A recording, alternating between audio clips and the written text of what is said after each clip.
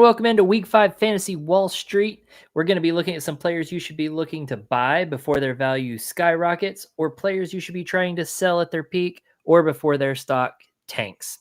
Okay, Kyle, give me some good fantasy financial advice. Well, I'm going to start with a boom, so we can start, buy, so that we can start off on a good note. Buy and boom should not have the same first letter. It throws me off. Anyways, start with a buy. Jaylen Waddle. I don't want to be too obvious here.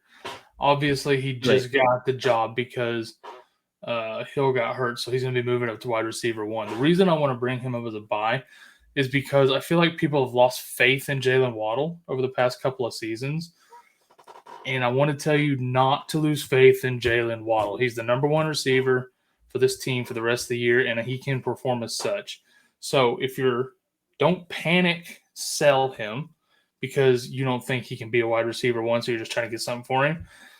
And if your guy in your league that owns Jaylen Waddle is trying to sell, go try to get him. I bet you could get him for cheaper than he's worth. So I just wanted to address that from that angle on Jaylen Waddle.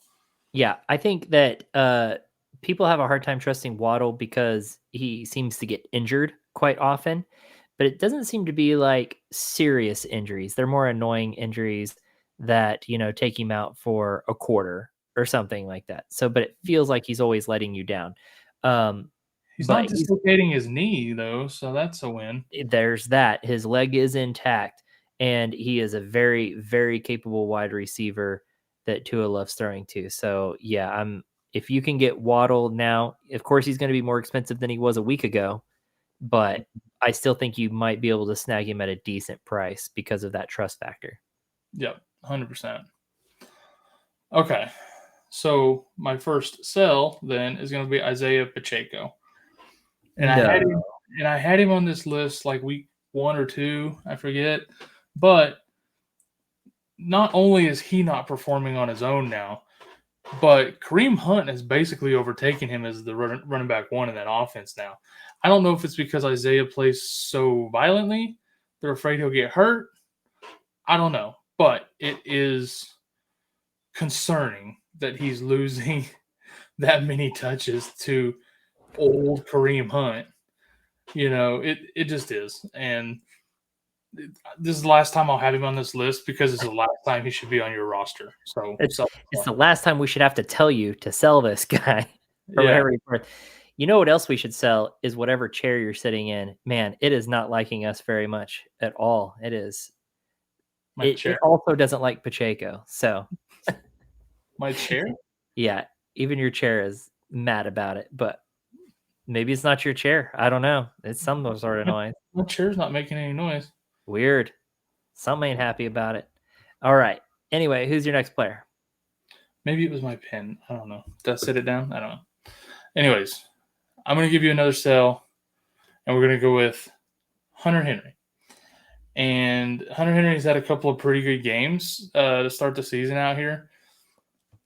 But I'm selling because Diggs is getting healthier. As he gets healthier, we saw this week he was getting a little bit more work, getting a little bit more comfortable in that offense with Drake May. I think that's going to continue to grow, and I think it's going to grow at the cost of Hunter Henry. I think Hunter Henry's early big games were just kind of waiting on Diggs to really get going. So sell Henry while he has value. Somebody's going to need a tight end on your team. Somebody drafted Njoku and needs a tight end.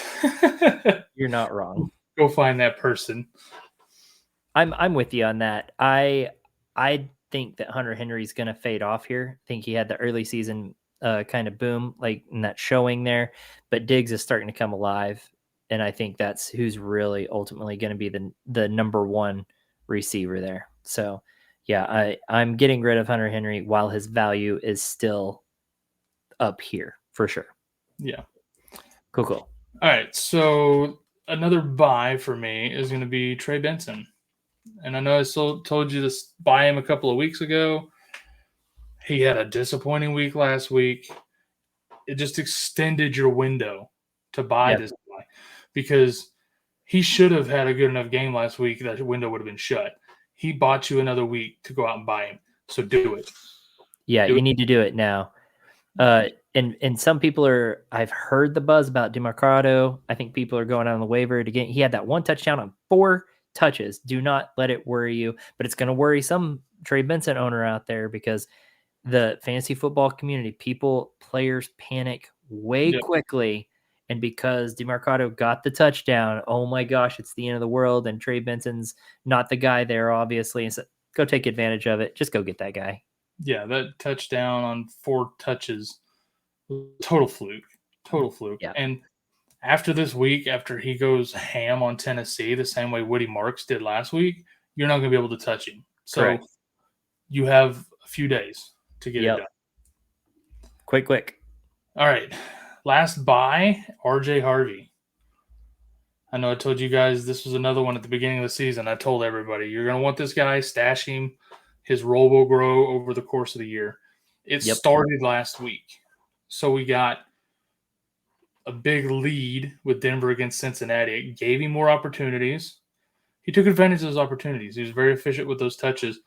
And so I think you're going to continue to see his role grow as the season goes along, just because he's more efficient than J.K. Dobbins. So you're going to want a piece of that, especially as it gets towards the end of the season when J.K. Dobbins starts wearing down or maybe even gets hurt. You'll have a healthy RJ Harvey there to carry you through the playoffs. What I'm really liking about Harvey here too is his receiving that he's getting, 5 targets in the last game, 4 receptions for 40 yards and a touchdown is just magnificent. Mm-hmm. I really love that, but you're going to want to get this guy now. Someone's going to think they're selling high. And so they're probably going to think they're actually getting the better end of this deal.